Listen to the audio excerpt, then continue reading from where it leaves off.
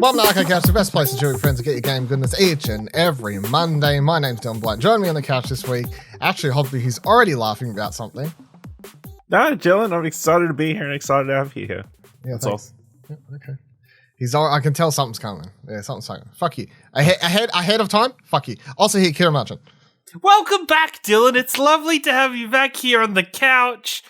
Not in between the cushions, but on the couch this week. What a fantastic show we've got ahead of us.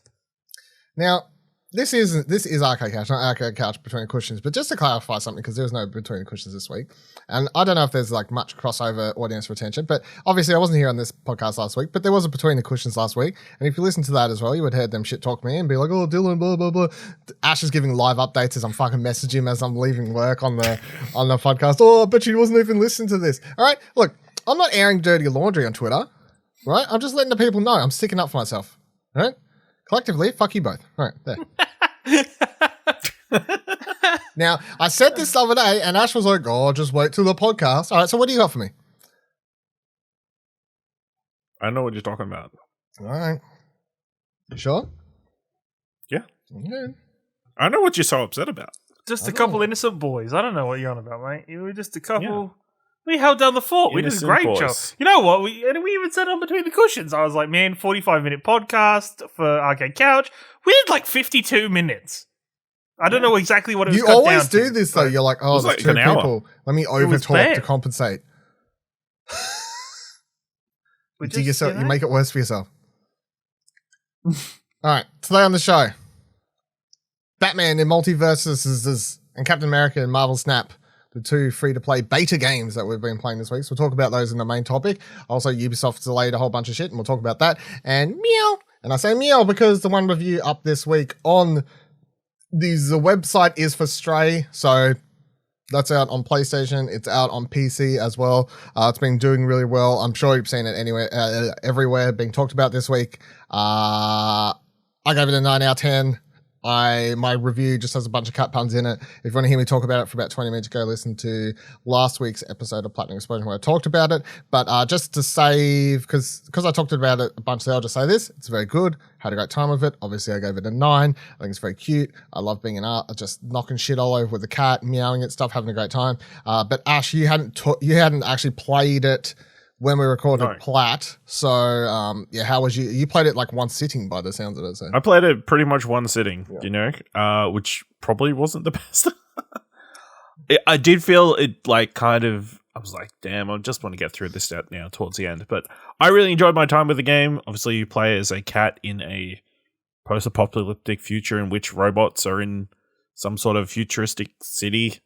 But there's a larger mystery involved. You have to deal with different. It's like very much an adventure game where you talk to different characters. You have to do small fetch quests and find different collectibles throughout the thing. There is elements of this that I was not expecting, and they're definitely spoilery. Yeah. You sent me a message at one stage, and I was like, "Lol." Yeah. It goes in a direction for a little while that I was very surprised by. I knew straight away where you were too when you messaged me, and I was like, I know exactly where you're probably standing with the game paused right now. Yeah. So, yeah. But yeah, I had a really good time. Cat's adorable. I'm just going to spoil it because I saw the clip online. Like they full on rip off like the Lion King, like almost shot for shot at the beginning of this game.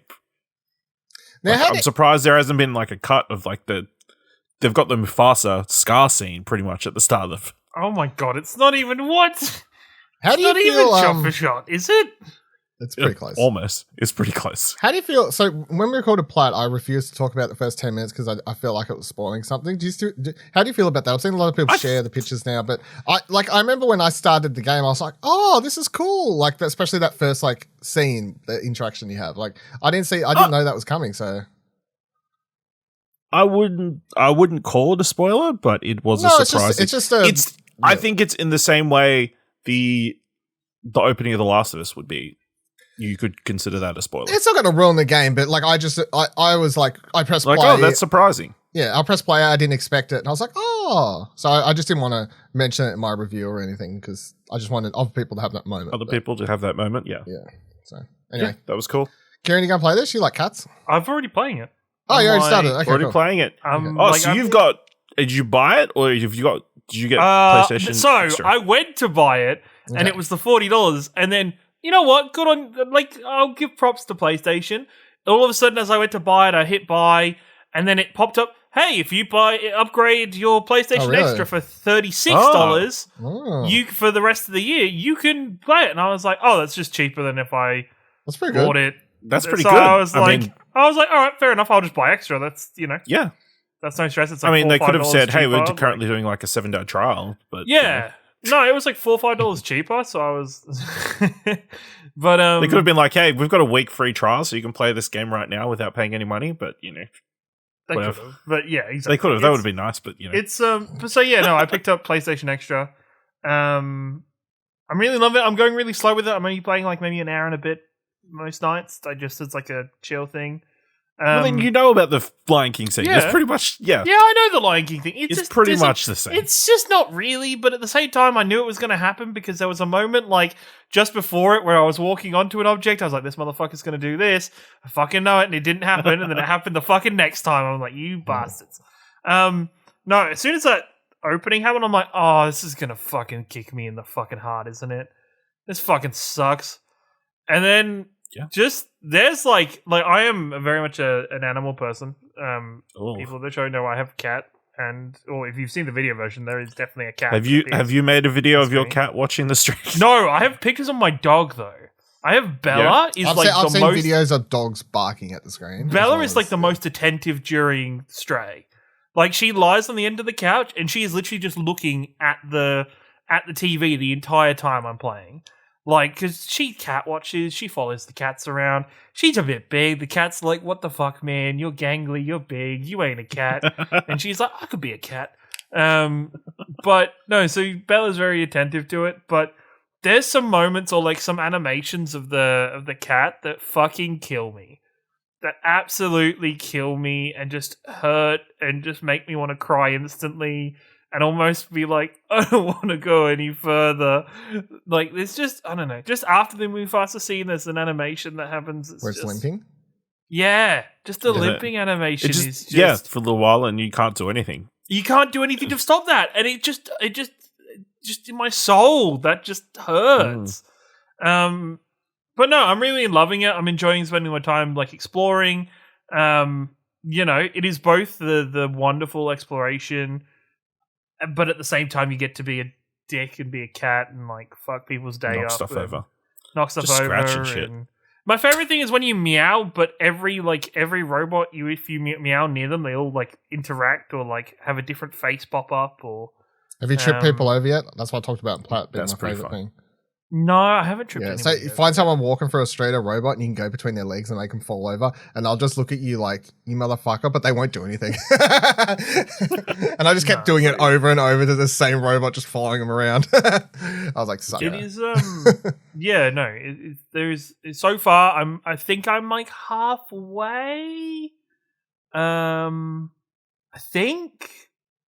But I don't. It's not really that long. know. You can beat the game. I know it's only long, about 5 hours. Like roughly, I know it's roughly 5 hours. But it's at the point with the game though where I know it's 5 hours and I don't want to rush it.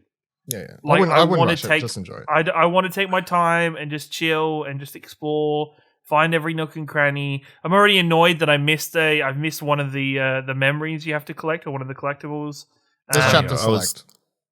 Is there a chapter select? select? Nice. Yeah. Okay. There's chapter select. Only one you can't miss any trophies because I finished with like 75%. So yeah. So chapter select. I guess that also makes sense because they've got that can't catch me trophy.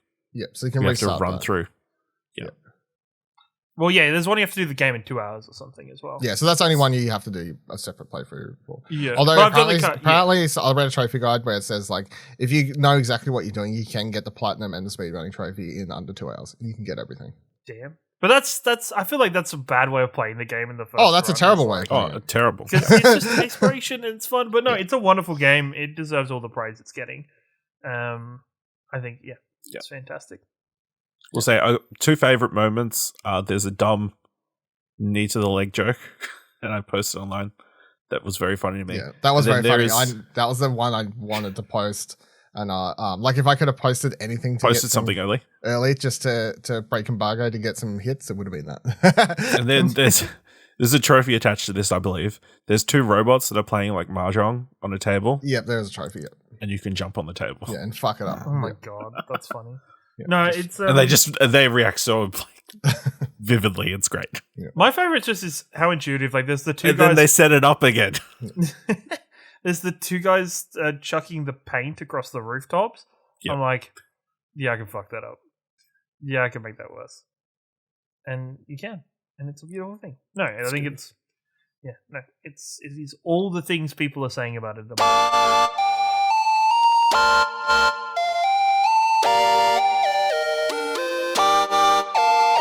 Bayonetta 3! What? Hey, guess who owns me a motherfucking pizza? Dylan, you needed to be on last week's episode. You didn't tell me to limit your time. This isn't in the show notes. This is not in the show notes. It is in the show notes because I don't need show notes to remember to talk about Bayonetta 3. This is old news. You needed to have been here last week to talk about this. There's no such thing as old news when you've been waiting 1,600 and something days. There is old news.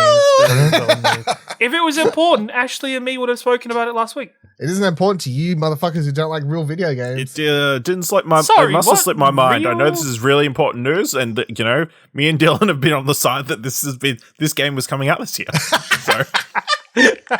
Look at the turncoat over here. Look, I expect nothing less from Ashley. He's like Skull and Bones. Can't wait. Bayonetta 3. Been super excited. There's still time for it to be delayed, though.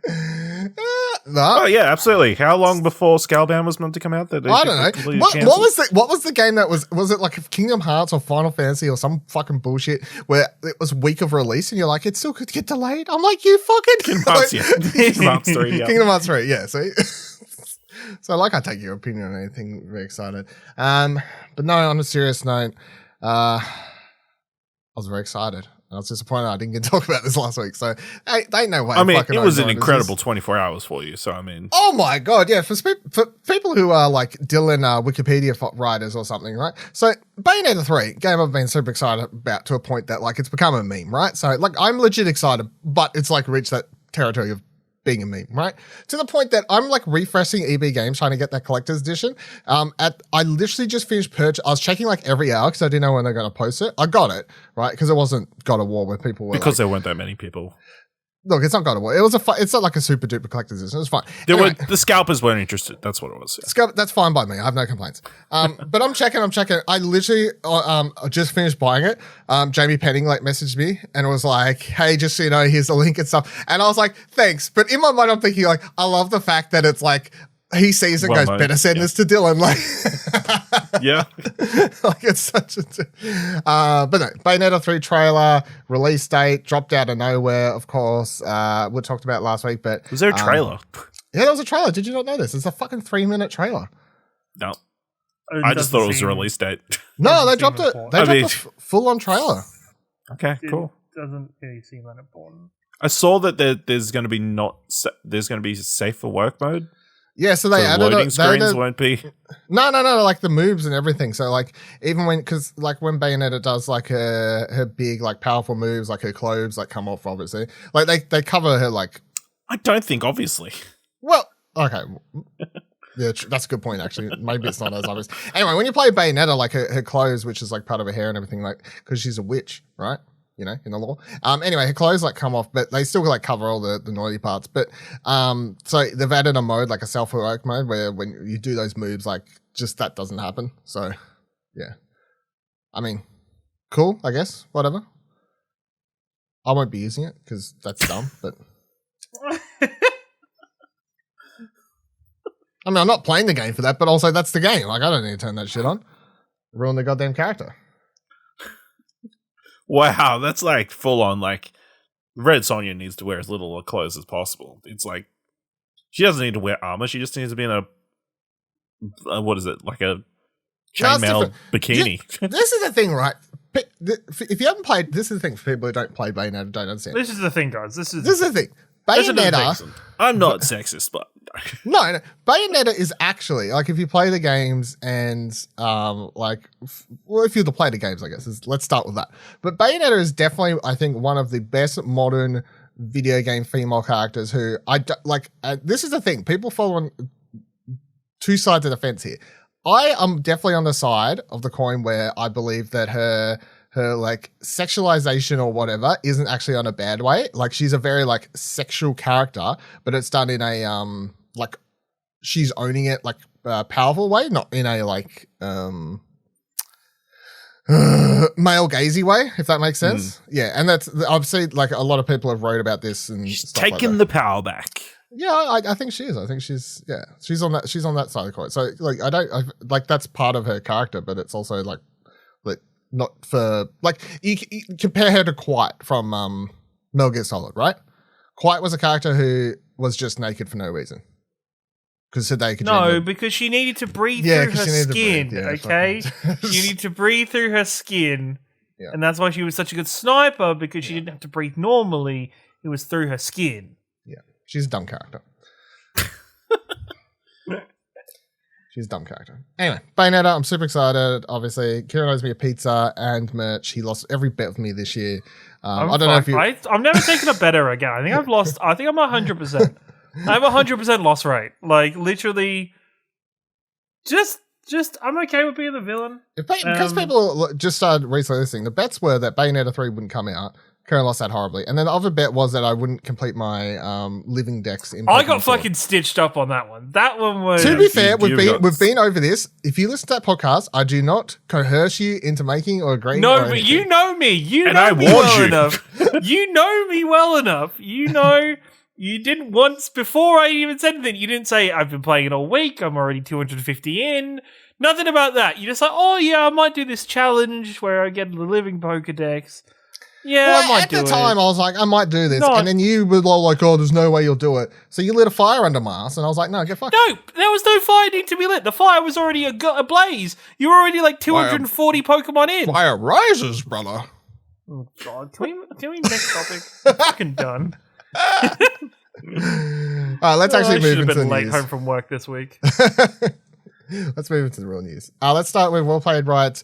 31 Aussie Game share in the spoils of over 4 million in funding from Screen Australia. So this is a little good Australian local gaming news. So Screen Australia has announced that 31 games will share in over 4 million in funding that will help bring projects to life, take the next step in development, or bring them closer to release. The announcement was made by the Minister of Arts, the Hon Tony Burke MP, in conjunction with Screen Australia, who, through its Games Expansion Pack, will fund 31 projects receiving funding. The more than 4 million in funding increased from the initial 3 million due to the excellent caliber of the applicants and include projects from a plethora of genres. When talking about the announcement, Screen Australia's head of online, Lee Naomi, said, quote, "We were blown away by a number of outstanding applications which have demonstrated the wealth of talented creatives and original ideas that are coming out of Australia game sector. We're excited to be back in the space and supporting Australian developers to continue to create distinctive games that find traction here and around the world and help strengthen the local workforce." And there is a whole... Look, this is the thing. We often talk about how Australian indie games are doing very well, like all around the world, consistently. And if Australians, like art sector in the government, don't take notice of that and help put more funding towards it, because obviously you help... Like, these things are doing very well without their help. But if they help it, they can be part of the... You know, you can be like, we helped do it, instead of just... not getting to take a claim for the prize. But there's a bunch of really interesting things in here, synopsises, if you want to read through the whole thing. Check the doobly-doo for the links, of course. But there was a Wombat game in here, which I'm all about. So anything with Wombat. Was that the Wombat game you played like a couple... No, that's out. No, it's a new Wombat. It's a new Wombat game. Wombat game. I'm trying to find it now. I think it was down the bottom here somewhere. There's an untitled game from a company called Wombat Brawler, which might be what you're... Untitled Wombat game?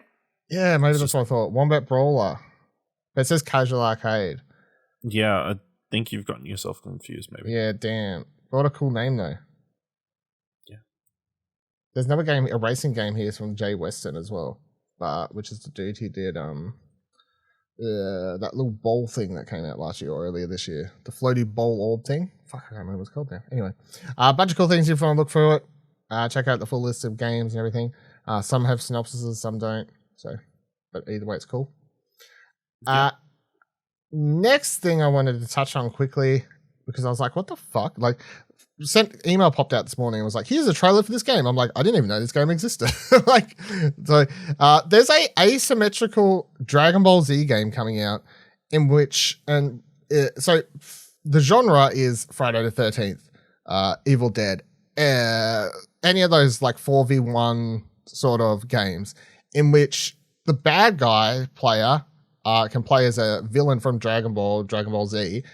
This latest trailer shows off Frieza as the bad guy, and then everyone else plays as civilians who, I don't know, try to survive or beat them. I don't know how you beat Frieza, but I guess you just try to survive. But I was like, when the fuck you try to survive till Goku comes in and like... Yeah, I actually don't know like what the thing got. No, Goku is above the planet. There's like a small image of him down the bottom. He is getting everybody's spirit. He's like getting everybody's spirit energy ready for the spirit bomb, and you have to run around doing tasks to give him the spirit for the spirit bomb.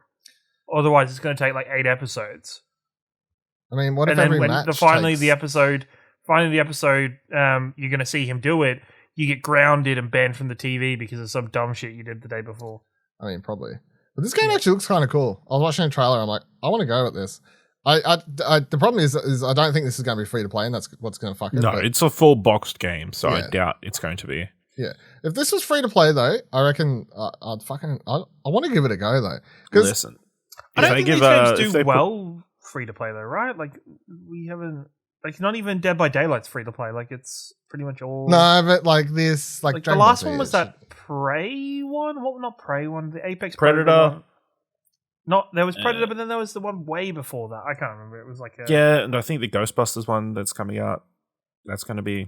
I think that's free to play. I don't think that's free to play. Is it? Oh my god. Was it? Yeah. I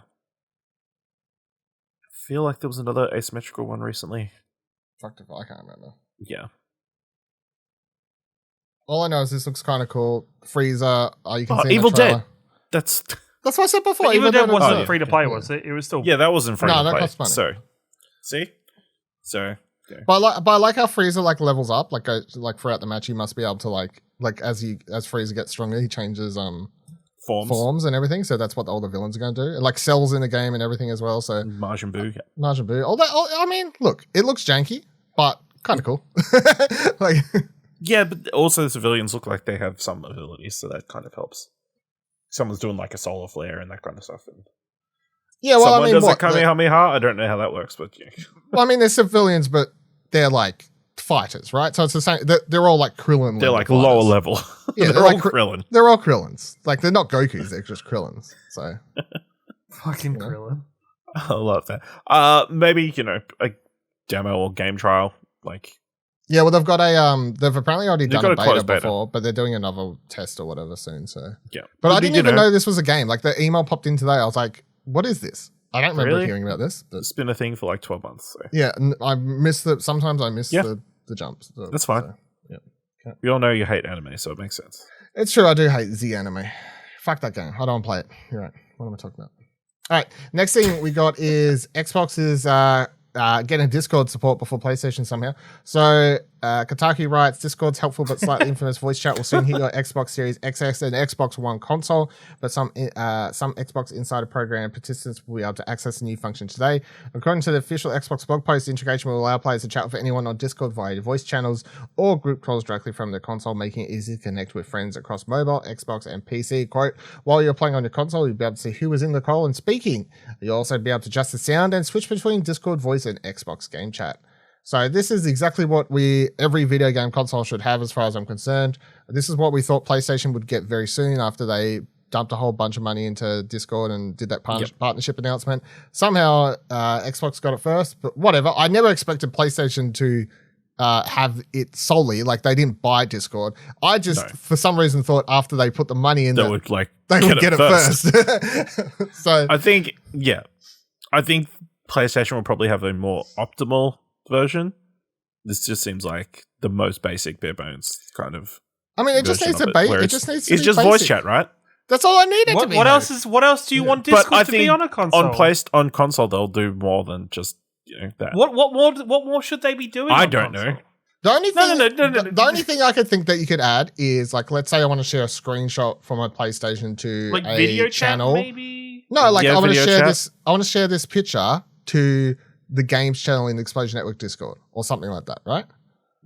That would be some integration. I don't know. So, I always just think that an Xbox is more like a PC in terms of its infrastructure. So, of course, apps like Discord are going to have a much easier time integrating onto that console rather than. Oh, yeah, it was probably way easier. And they've already got like PC and like Microsoft has that big PC, obviously, part. But yeah, it's just weird that Sony didn't get the first jump after putting money in. they got fucked over. So, but that's fine. As far as I'm concerned, Sony should have it. Xbox should have it. Fucking Switch should have it. Like everything should have Discord integration and just make everyone's lives easier. In a world where we've got so many cross-play games, like it's just that solves everyone's problems. So yeah, don't have to have two pairs of headsets headphones in to Discord and play your PlayStation at the same time or whatever else that we have to do whenever we're like streaming games and shit like that. So multiple headphones and all this other stuff. Yeah, all this other sort of stuff. So yeah. All right. And then the final news story for this week is Ubisoft cancelled a whole bunch of games. So VG247. Oh, not writes, Skull and Bones. No, that's safe. Still alive. Safe. Ubisoft has cancelled 4 games that had in the pipeline. The cancelled games are Ghost Recon Frontline, Splinter Cell VR, and 2 unannounced titles. The cancellations were announced today during Ubisoft's Q1 2022 earnings call. Ubisoft announced Ghost Recon Frontline in October 2021. There was a closed beta, blah, blah, blah. Splinter Cell VR title was announced in 2010 during Facebook Connect, which revealed Oculus Quest 2, it being developed from the ground up by Ubisoft's Red Storm team. And another thing of note is that they pushed the Avatar game from this year to 2024? Or late 2023. Which Avatar is it? Is it James Cameron's Avatar or? Yes, James Cameron's Avatar. James Cameron's Avatar, the game that they revealed like Avatar Legends of Pandora or whatever it was called. Yeah, which was supposed to come out this year, but now they've pushed like weirdly just like a whole year. It's the 2023-2024 financial year. Yeah. They pushed it too, so. Yep. Yeah, is this a little bit concerning? It's like, hey, Ubisoft, like, you know, we've got all the rumors will continue to spread that, you know, Ubisoft is up for sale on the back of them. I think this adds a lot of credence to them being up for sale. A lot of fuel on the fire, like, you know, because on top of that, you know, there's been a few projects that they've obviously cancelled in the last 12 months. You know, that Wild game finally got cancelled. Yeah. You know, we still have not seen anything from Beyond Good and Evil 2. You know, outside of Assassin's Creed, Just Dance, I guess Far Cry, which underperformed, they haven't really released that much stuff recently. No. Yeah, no, I mean, I was kind of keen for that Splinter Cell game. Splinter Cell VR always sounded cool, but so now I literally think we can all agree that we're all disappointed that we never got the 3 Dots trailer with, you know. And then it was revealed he's wearing a headset. That would have been such a cool trailer, though. Like, yeah, exactly. It would have been a cool trailer. It's not even a joke. Like, I would have been annoyed because I'm like, motherfuckers using that idea for fucking VR. Good. But it would have been so cool. But at the same time, yeah. Yeah, otherwise, I don't really care about Ghost Recon, and I don't know what the 2 unannounced games are. Avatar being pushed doesn't bother me at all because I wasn't excited for that. But yeah. They're missing the chance to be part of the tie-in with the movie. Yeah, that's the thing. I do wonder if it'll. But I guess it's let's. It's interesting because either it's going to pay off, and you know everybody's still is going to be super like reinvigorated to Avatar on the back of the movie, or it's going to bomb. Nobody's going to care about Avatar, and then nobody's going to play this video game. Yes. So if Avatar 2 comes out and it sends everyone back into Avatar full craze hype, then the game's fine because you've still got all those other movies coming out. So there'll just be Avatar craze for the next 5 years. If the movie comes out and everyone hates 10 years. According to James Cameron. Yeah. But if the movie comes out and everyone hates it, then the rest of those movies, no one cares. That game, no one cares. You know, so.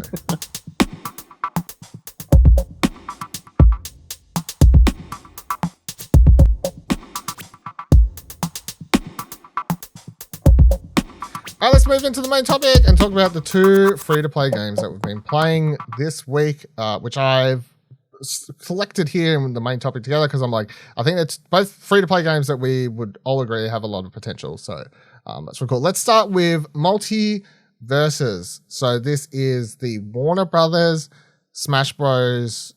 I don't want to say clone because it's actually got a lot different, but from a simply looking at it perspective, it's going to look like Smash Bros. To anyone. Me and Ash played a couple of hours on stream over at twitch.tv/Explosion Network the other night. Had a great time. We did get sent deluxe premium, whatever fucking edition codes. Did you get a chance to play this, Kieran? By the way, I was downloading it last night, but then you guys, I was literally going to play, and then you guys jumped onto Ember. Okay, so I was like, okay. I don't know if you can group with more than 2 people. Well, I'm sure there'd be like a free-for-all mode. Oh, there's right? you can set up like a custom room, I think. So. Yeah, okay. Yeah, you can set up a custom room. Yeah, so you could probably do it there.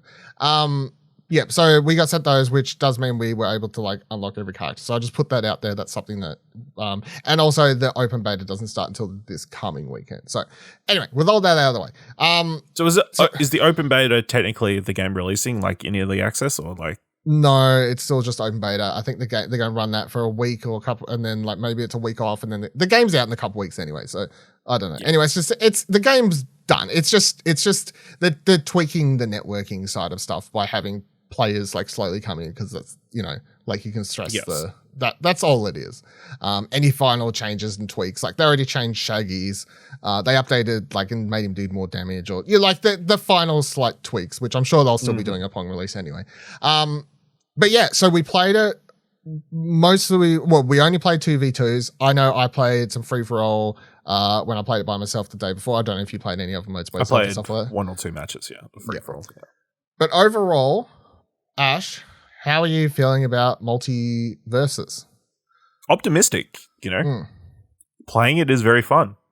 Very much like Smash, but with obviously different types of characters. It does have that cooperative element to it, which you can have in Smash, I guess. You could have teams, but this feels more built around it.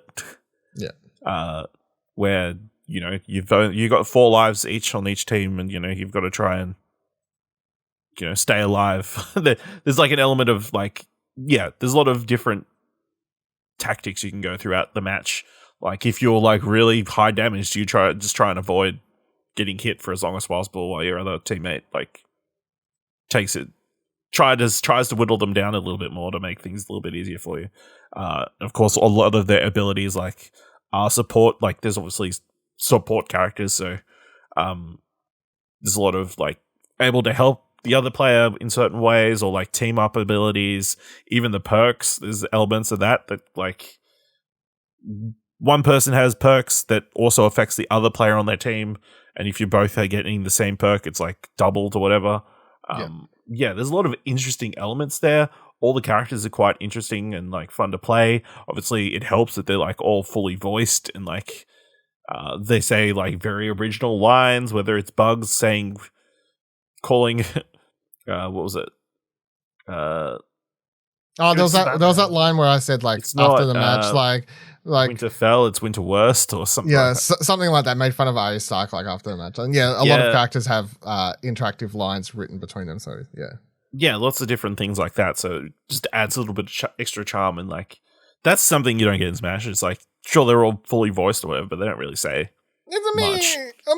Mario. But the thing, Nintendo characters just don't really speak. So yeah. Link's not fuck you, Mario. It's not bad talking to you during the match. Yeah.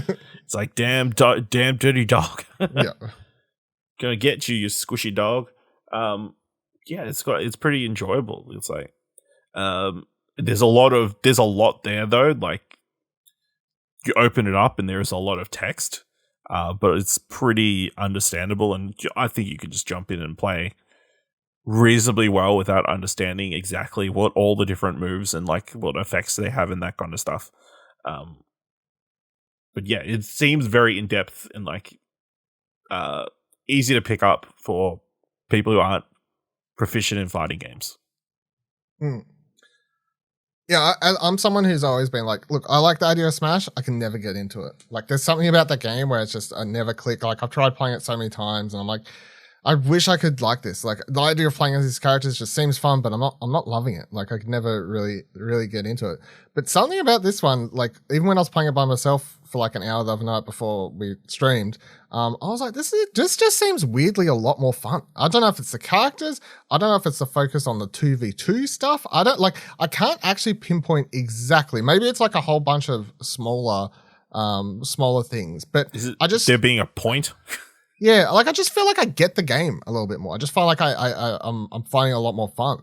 And you know, like, and there is a lot of depth to it. And I wouldn't say like obviously I'm like great at the game, but also like I feel like if I wanted to, I can understand like being able to click on those character sheets and be like read what all their abilities do, read what their passives are, read how their passives can combo in some of their other abilities, being able to read other characters and be like, oh, this character would be really good with this character because their like abilities compare with one another. Like I'm already seeing that this game has a lot of potential as esport ready, which is obviously something that I want for this sort of game. Like if you make a game like this, you want it to be competitive. That's the idea. And I'm already really excited. I was talking about it when I streamed last night. I'm like, oh man, like your character can do, like I think I was making fun. I'm like, Arya has a teleport ability. This character has teleport ability. Wouldn't it be really cool if you could teleport to teleport? We can't do that because we're not good enough. Can't wait to see someone do that on stream, you know, like, but I'm really like looking forward to see, I can guarantee you'll see some really cool, like combo plays between players, fighting game players, like pros who are really good at these sorts of games. They'll be able to do some really cool things in this. But yeah, I think the focus on 2v2 and having like, I mean, mate, you could play assassin as your team if you want, but obviously the meta is going to fall more into actually having a support character and then like a tank or an attack character or something like that. But like having that sort of set up to the gameplay, I think is a really interesting way to go about it. And it means that they're going to, as they rotate and introduce new characters, because they're going to have these seasons, and of course there's a battle pass, and I presume they'll just add a new character every season, which is probably going to be 2 to 3 months like most of these games are. Add a new map, of course, every time they do one. And there's plenty of content here. I mean, all of Warner Brothers properties, we were talking about like a leaked list last night that included a whole bunch of wild stuff. How much of that turns out to be true, who's to say? But like, obviously there's a bunch of Warner Brothers owned or spin-off Warner Brothers company owned properties that they can pull from. I mean, not to mention just all of DC characters, let alone like all of Warner Brothers characters. So on top like, of the potential of making other deals. Yeah, and we were talking about like tie-in, so it's like, okay, well, House of Targaryen's coming out, like drop a character from that in it. What else were we talking about, like coming out? Like Shazam's coming Black out. Adam's Shazam drops. Yeah, like any of these things, like just drop a character tie-in would be the cool way to try and like lead in and promote the game and all those sorts of things. I played free for all like a couple times, as I said. It's fine, like it's a lot more smashy because it's just free for all for 4 players. You're going crazy, but yeah, the 2v2 mode where it's like a bit more team based and mode, that is I think the bread and butter of this game, and it's very obvious. And I think when they announced this, I was like. Like maybe there's like if they put a lot of effort into it, I could see this being cool, but I didn't have much hope. But after playing it, I think this game has a lot of real potential. Obviously, we'll see how things go forward with any sorts of characters, tweaks, and I don't know, like these things. But right now, based off the first week of this closed beta period that they've got going on, I think this game has a lot of potential and is the first Smash Bros like that has ever released where I think it has the potential to not overtake Smash, but be it fighting Evo like competitions and be there alongside Smash. It looks like it has potential to be sustainable. Yes, which none other has. None other has. For the sustainability, like the last one we went through was the Nickelodeon Brawl game, which had a start, that never had any. That was just like fun for what it was, but there was no chance that was ever going to be. I saw a couple tournaments for it, of people putting up events for it. And that's just people trying to get in on the ground floor. That's people searching for something. They're like, they want something so bad. They want something, and like it was also the developers throwing money at Smashes and getting people on. You know what? The crazy thing about the Smash scene isn't trying to pull people away from Smash Ultimate. It's trying to pull people away from their GameCubes playing Melee. Yeah. Melee is still the biggest Smash Brothers. It's still the largest event in terms of player base. We've just had Phantom has happened recently in Sydney, which was kind of Australia's major Smash event that has people travel from all over the world to compete in it. It's to pull some of those people into your game and to establish that side of things. I think is your main way of getting longevity out of this game going forward. Yeah, so you popped in for a little bit, Kieran. Like, what did you make of it? I popped in and watched and kind of looked around and stuff, and it looked fun to watch. It was maybe a little bit. I don't love the characters getting the character, like the color tint of your team, if that makes sense. Like when they're on the red team, the characters are all red because it just makes them sometimes it makes stuff blur all together and it's very hard to watch. I'd be interested to see if there's a way to alter that in the options. Yeah, it's just in terms of like, I think there was one match I was watching you play where it was Batman. You were fighting against Batman and Jake the dog from Adventure Time. And I was very just like, especially with Jake's stuff, because Jake is singular in color palette, so and his stuff is very morphing and molded.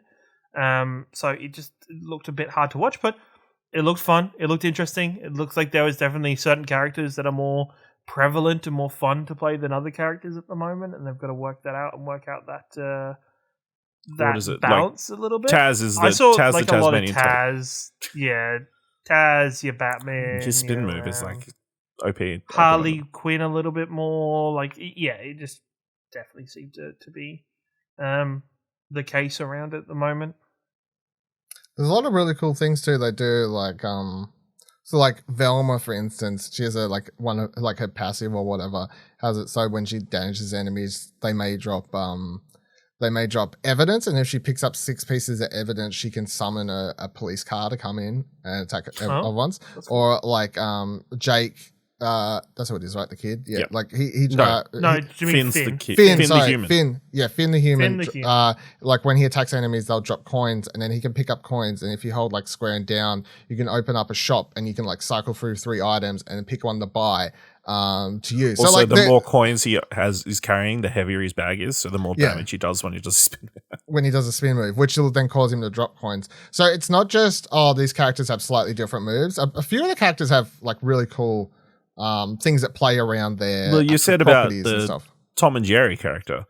Yes. It's like actually them fighting each other while they're fighting the opposition. So while they're fighting, they're like fighting each other in between, like scuffling along like cartoon style sort of thing. So yeah, I think there's a lot of love in this game, and you can tell from like for each property. And it all works together. Like there's no clashing of art styles or anything. It's just a very uniform look, which works for all of them, surprisingly.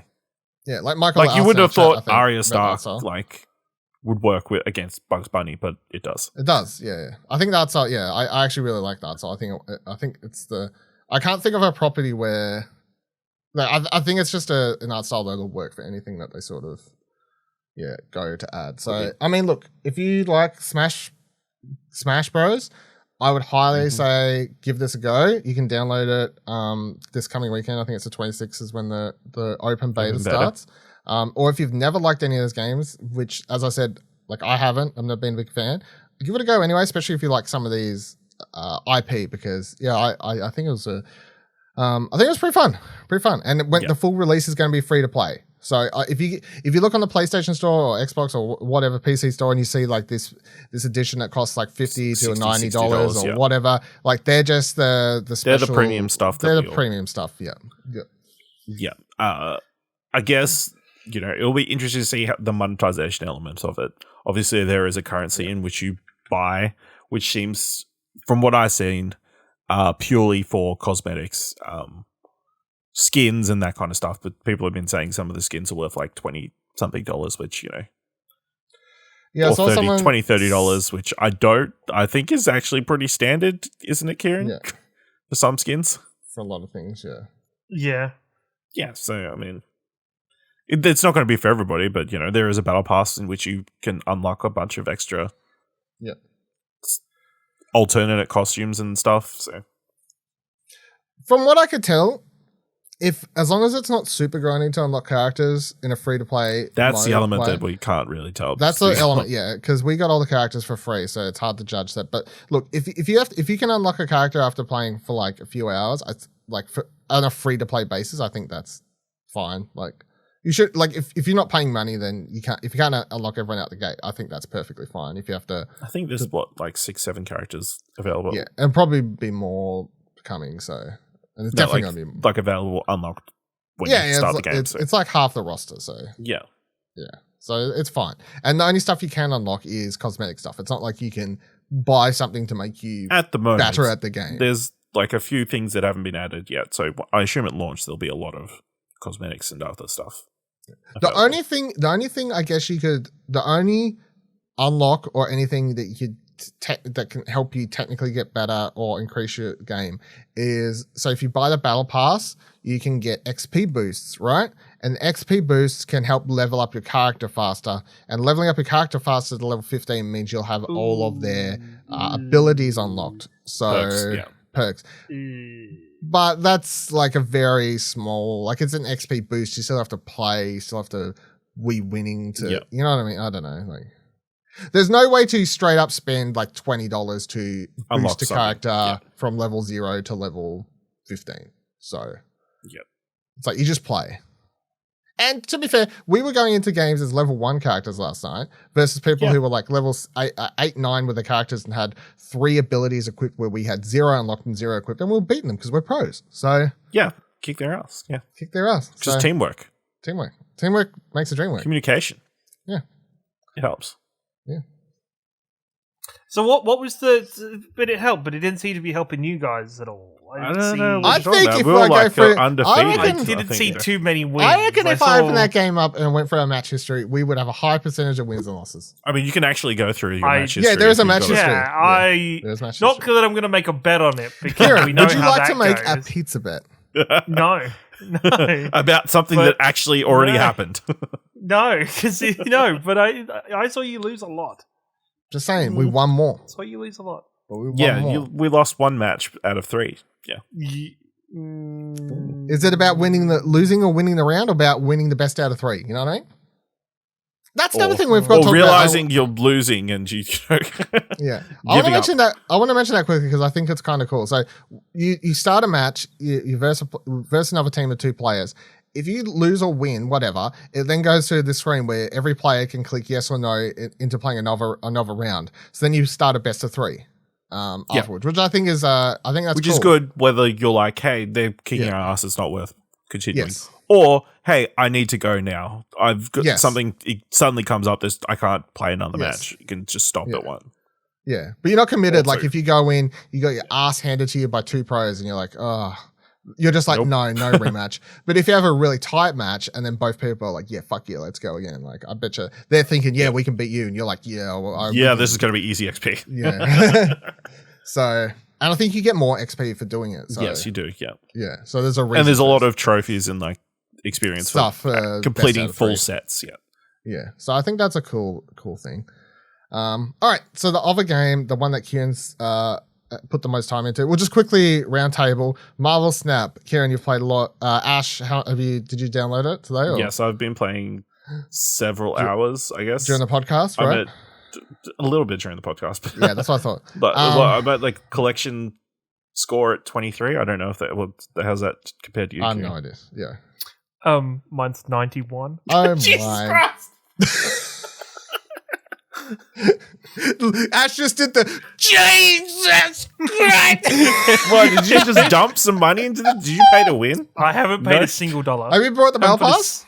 Haven't even bought the Battle Pass. Not a single dollar in this yet. I think there is. Well, there's actually 2 Battle Passes. Yeah. So when you first start, there's something called a Recruit Battle Pass, which you play through 20 levels, which you get everything for. And then once you do that, you get onto the proper Battle Pass, which is $15 for a normal Battle Pass, which I don't know if this is American or US. If it's US or it should be AU. Australian dollars because it's the Australian game, like version of it. Yeah, I think they automatically Google. I'm pretty sure they automatically but it's $15 for the Battle Pass, or you can buy one for $22 and it comes with 10 extra levels on the Battle Pass. I never buy those extra level shit. Fuck that. But yeah, the game actually does like an interesting. So Dylan, have you downloaded it all? Yeah, so I've played a couple matches, but I haven't had much time because I played like I downloaded on lunch, tried then, and then I played like a couple games while I was eating tea after I got home from work. But then I had to do the show notes, and I had to watch a bunch of trailers I hadn't watched watch it and stuff like that. But Kieran, since you've played the most, we did. So for people who are like, what the fuck are you talking about? We did talk about this game like a month or two ago when they announced, and we talked about it very positively. I like very much came in like, this looks fucking awesome.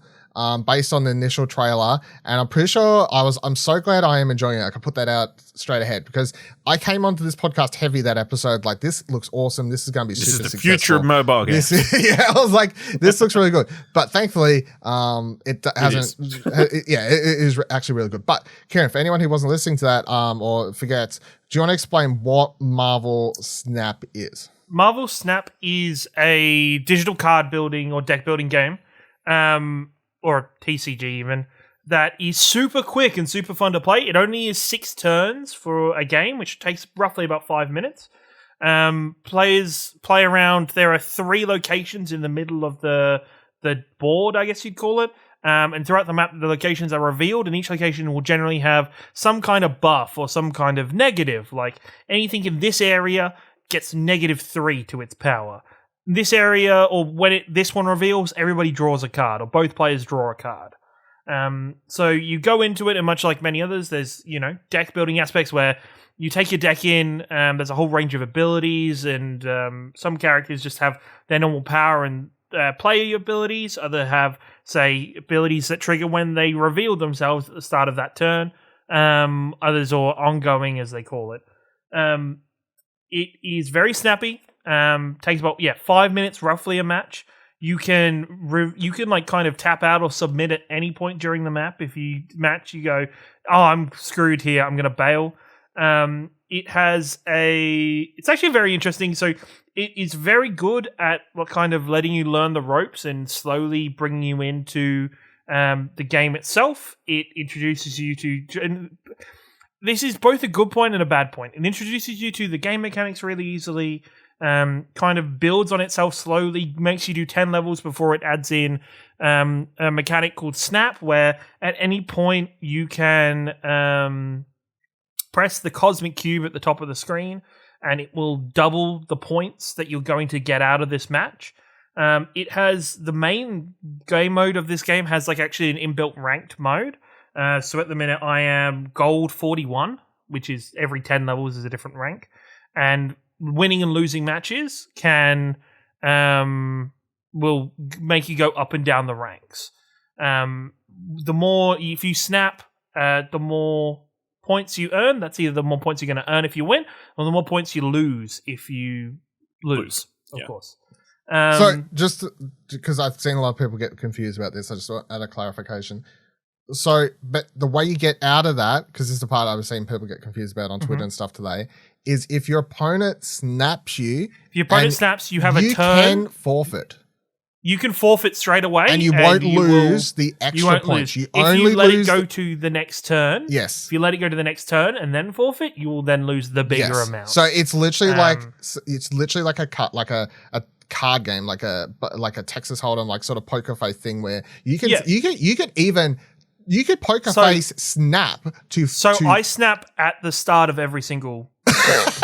No shit. Like I snap at the start of every round because there is actually technically no downside to snapping. There's no limit to snap. You snap once per game, but the most you're ever going to lose is like 8 points.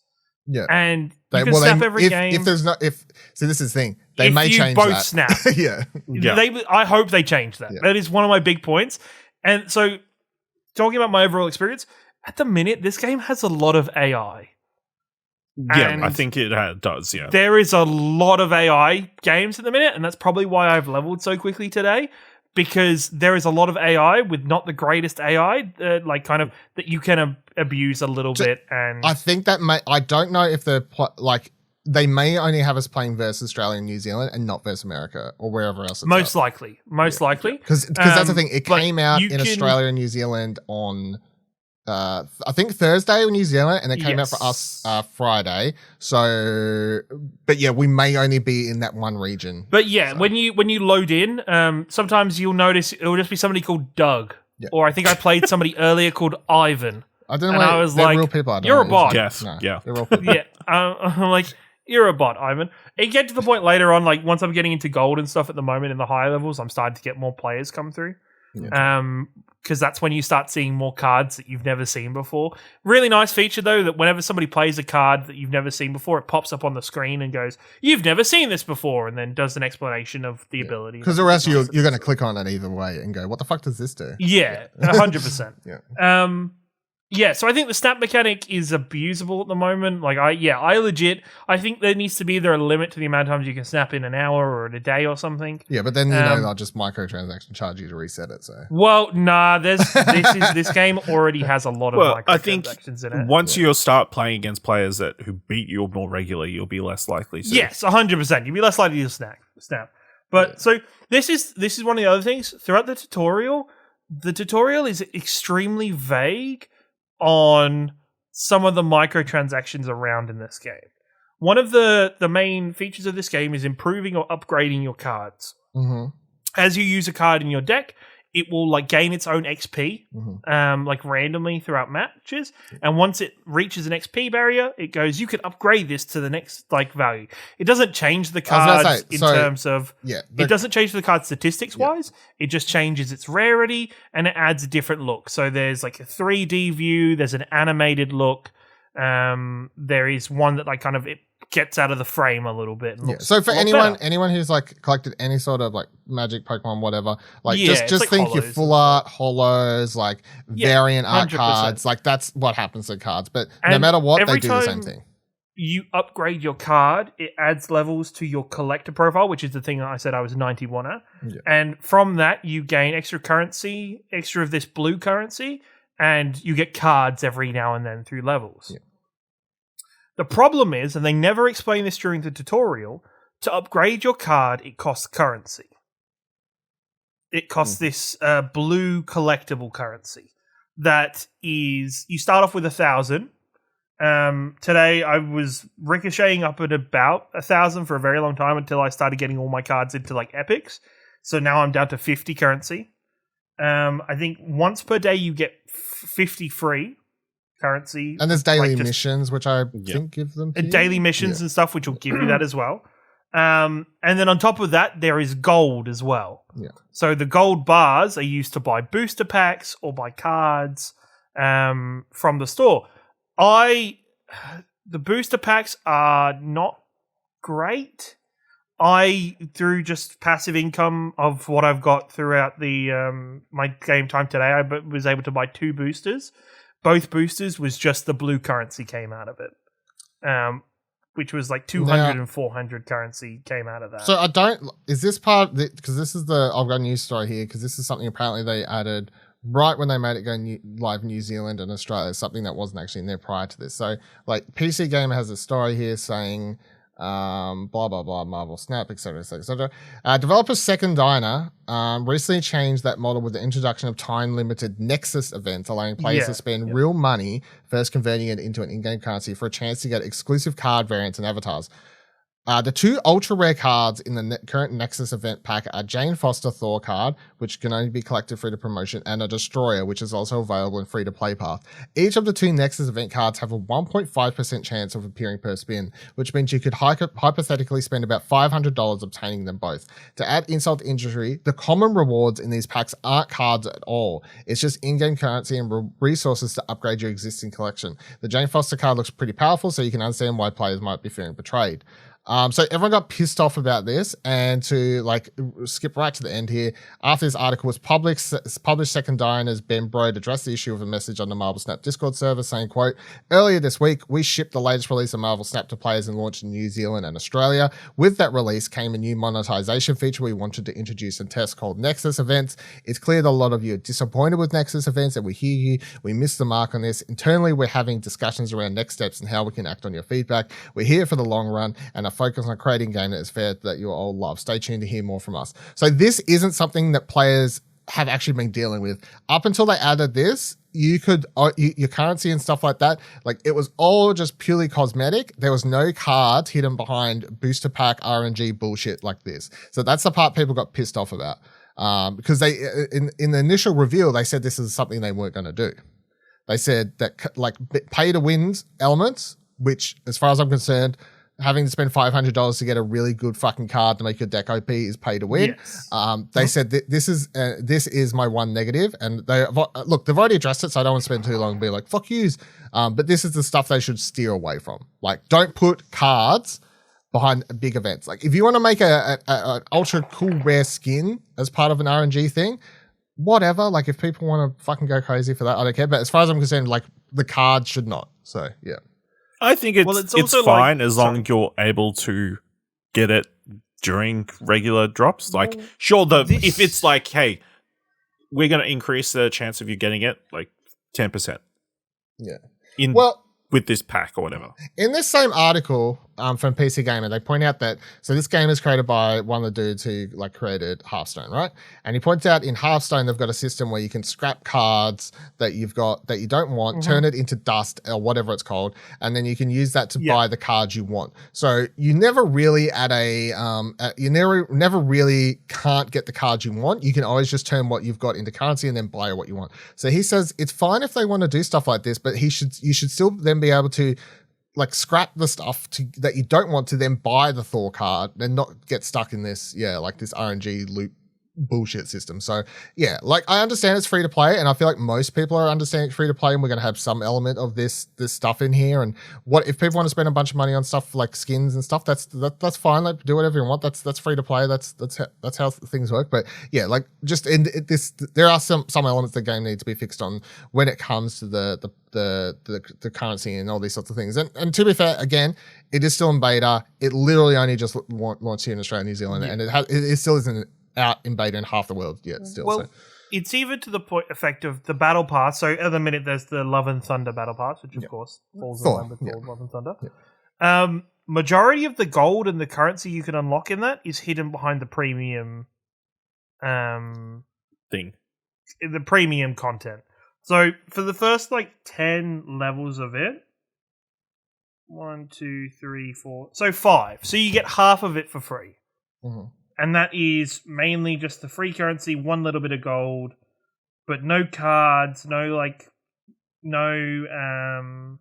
profile pictures, nothing like that. So all of that kind of stuff is locked in the battle pass. So as far as I'm concerned, so say you make a car like the Mighty Thor, right? Jane Foster Mighty Thor, and you're doing it for an event for the movie. You stick it in the free battle pass, you put it somewhere towards the end. So you say everyone can get it, but you got to play the game. Right? Fair's fair. Everyone can do that. And then on the premium battle pass, you make exclusive cool variants of the card. You put the profile banners, 100%. You put all that shit, but you put the card in the free path and make everyone have to play to get it. Yep. I think that's the way you go about it. Yeah. Ash, any other what have you got? What do you got? No, I'm enjoying it. I think, it's very quick, it's very simple. But it's challenging enough to be to keep you entertained. Oh, it's great. There's some really good there's some. I'm actually there's really a lot of math interested in and trying to figure out. A lot of math, a lot of strategy stuff and it's really interesting. Only having 6 turns. So your deck's 15 cards? Is it? What's no 12. 12 cards. 12. Yeah. And then you've got to balance it with lower level cards and higher level cards. You don't want to be stuck with missing a turn's really rough. If you miss a turn, you're already putting yourself at a disadvantage.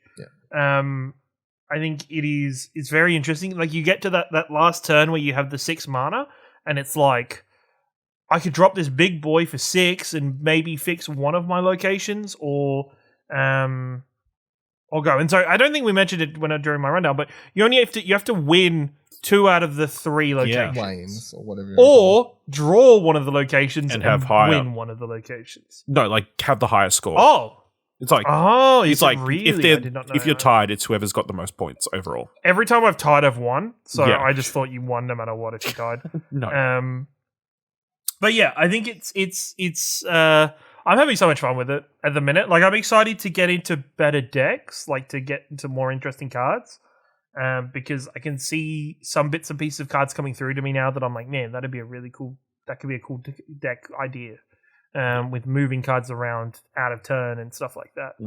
And so really, one of my favorite cards is a 5-cost energy of Charles Xavier that as soon as you play it, no other cards can be played in that location for the rest of the game. Which is, it's hard to play because it's a 5 cost, and if somebody plays a card at the same time you play it, they can still do that. Yeah. But at the same time, it's a really interesting way to eventually lock the game out. Are there any cards that give you mana? No, but there are locations that give you mana. Okay. There is one location that instantly gives you mana, and then there's another location that gives you 1 mana free every turn as long as you have no cards in that location. Yeah, okay, cool. Which is the locations definitely vary. Like there's some insane locations where it's like all the cards in this locations will change for turn 6. Yeah, we'll just swap randomly. I think that's the most interesting element of it. It just completely shifts your strategy. Yeah, it's just more like the other one is all cards of the losing team by turn 4 get deleted from this location. Yeah. So you are fighting over that one location to make sure that you properly win it, don't put any cards in there until it's the really very end, where or you try and I feel like, and I don't know if this is raise up the other 2 locations. And I don't know if it's just against the AI, but you can kind of like it's part of the strategy of baiting somebody and focusing too hard on the one location while you win the other 2. Just kind of. Yeah. I think that's an AI thing because some of the it's mostly some of the choices where you're like, or you like get to the last round and they just play one random card. Or play the wrong, or like there's another one that was the location was every time you play a card, put 3 rocks into your deck. Yes, and the AI just put 4 cards into that. Just kept putting card after card, and there was just like they just had fucking 12 rocks in their deck for the rest of the game. It was just a very it's very fun. It is very interesting. It is a little I think they do need to fix the snap mechanic because at the minute I'm very free willy with it where I'm just like fuck it, like and it's a good way to get some players who are actual players retreat like halfway into the game because you've already pushed it and they're like I think they've got a shitty hand or like they've got a bad deck. Yeah, exactly. I think it's a lot of fun. It's a good game. It's a mobile game that has really dragged me in. It's coming to PC eventually too. It is? Okay, excellent. So it is coming to PC eventually. Hopefully it's like cross progression. I hate one. I believe. I'm not. I don't say 100% because I haven't actually double checked, but off the top of my head, yes. The interesting thing was there was no. You didn't have to create an account for this. You just had to use your Google account. Yeah. To say. And I use my Apple account. That's pretty standard. So but 100%. They could still just. They could just add one later. Yeah. Yeah.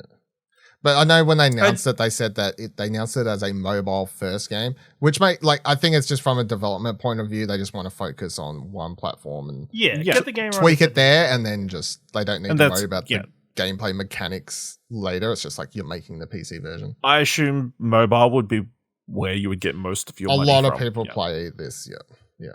And it is because of the 6 turns and the size of the board and everything. Playing this game in a phone. Perfect. Absolute perfection. Absolute perfect. No problem. It's the only thing that frustrates me. I have had some, and this is just a beta thing, an early access thing. I've had like a couple of games I've accidentally retreated out of because I've either like swiped the retreat button or like kind of thumb mashed it because I got big thumbs. Yeah. But the retreat menu, the retreat menu. You need a bigger phone. That's what. The menu doesn't actually pop up though. Like it doesn't actually show that the retreat button's there. So then I've pressed somewhere else and accidentally hit escape or retreat and it's retreated. And I'll be like, motherfucker. Yeah. So there's a little bit like that. But no. I'm going to download it on my iPad because I presume I can download it on tablet as well if it's out on mobile. I'm going to presume you should be able to. If it's just connected to your I assume it's going to be on both. So I'm going to download it there after this, and I'm going to try it out on there tonight to see, just so I can see like how much different it plays. But like as far as I'm concerned, it's very much, you can tell it was designed with mobile as the first place to play it. But that said, the art is so beautiful on a lot of the cards. I can see like a lot. There's going to be a bigger screen. Just means you get to enjoy the art and stuff a lot more. And when it comes to PC, it's definitely like all the art's awesome, by the way. Yeah, like I'm really enjoying looking at the character art, and the variants are really interesting. That's the thing. So this game hits two sides for me, right? So it's a really cool strategic card game, right? Strategic, and I say cards, but it's not.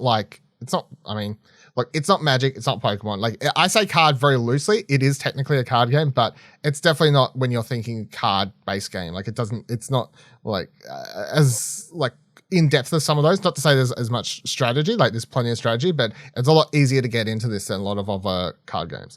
But also, it hits that other side that a lot of people like, which is just having a collector game, right? So I know people at work play, and I know Ash does as well, at least he did, right? They're like double in that super card shit, right? Yeah. Yeah. So that, and I've seen them play it and they'll talk about it at work and be like, oh, there's new cards out, all this sort of stuff. And one time I was like, what do you even do in this game? And they showed me like some of the mini games and stuff. I'm like, this is terrible. This is shit. Like, why do you, why do you want to do this? I feel like this Marvel game though, like hits both points really well, where the cards and the art is really beautiful. So if you love Marvel, this has a really great collective element to the card-based stuff. But if you just want to play it as a strategic card game, on the go strategic mobile game or something like that, whatever, like it's got that, and you pair them up and it's sort of like they go hand in hand, which is really, really good. The other thing I'll say real quickly as to how good the mobile version is for this. So this has been a week of betas for Australia apparently, because the Pokemon TCG Live beta also dropped earlier this week. So this is the new platform that they're eventually going to move, like the new client, new UI, it's got a battle pass, everything. It's the new one they're moving the Pokemon TCG online to. That's been in beta in Canada for like since February, I think it was. Anyway, they dropped that in Australia this week. Download that. I tried to play that on my phone. Terrible. Playing that on my phone was terrible. Like just the way the board was like sort of smooshed, like having so many, like in Pokemon, you have an infinite hand size. So you can have like 20 cards in your hand. And I'm like, you have to like, I'm scrolling backwards and forwards to see my full hand. Like, I'm like, this does not work. Whereas Marvel Snap, Pokemon Snap's a game too, but Marvel Snap, works perfectly with the amount of cards and like everything like that. So, that you can tell this was designed for mobile, whereas Pokemon's designed for tablets and PC. Perfect. Mobile, no, I don't think so. That's fine. Any other wrapping up thoughts on this before we wrap up the show for this week? No, yeah, it's really good. I think, Marvel has a good history with like mobile. Well, they've got a solid history with mobile games. I mean, I'm also still like recently I've been dabbling back into Marvel Puzzle Quest, jumping back in, and like I've got like 1 million XP from back in the day. So that's made it much easier. But yeah, I think, this is definitely a winner and something I'll see myself. This is a very easy, like, watching random stuff and playing to get grinding through this, trying to get level up as quickly as possible. Try and catch Kieran, I guess. Don't know if that's possible now, but. Yeah. No, I definitely feel like. Hopefully there's some multiplayer element to it at some point. Yeah, that'd be cool. That's one of the things. Versus I kind of wish people or like versus like versus like you. Let me verse Kieran and get my ass handed to me several matches in a row. I mean, I don't see why that's something they wouldn't add, like at full release or something. So, because obviously, I think at the moment they're just focused on getting it to work, getting it to work and small tweaks rather than new modes. But yeah. Definitely. I feel like it's been a week of really good betas. Really liked MultiVersus. Really liked Marvel Snap. So. I can't complain too much about Pokemon games and stuff. Pokemon was fine. I didn't love the mobile version, but otherwise, I'll talk about it maybe another time when I spend a bit more time playing it. But it was fine.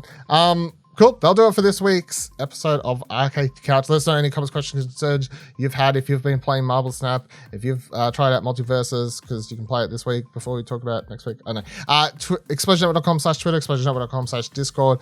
You can tell right now that Ash and Kieran are probably both playing the game, I presume. Yep, that's fine. Finishing the show. But I was like, I'm just laughing at the fact that I'm out trying it. I can see you like both fucking looking down. You can head on over to ExplosionNetwork.com/support where you can buy us a coffee. The money does not go to microtransactions in Marvel Snap. And until next week, same time, same couch.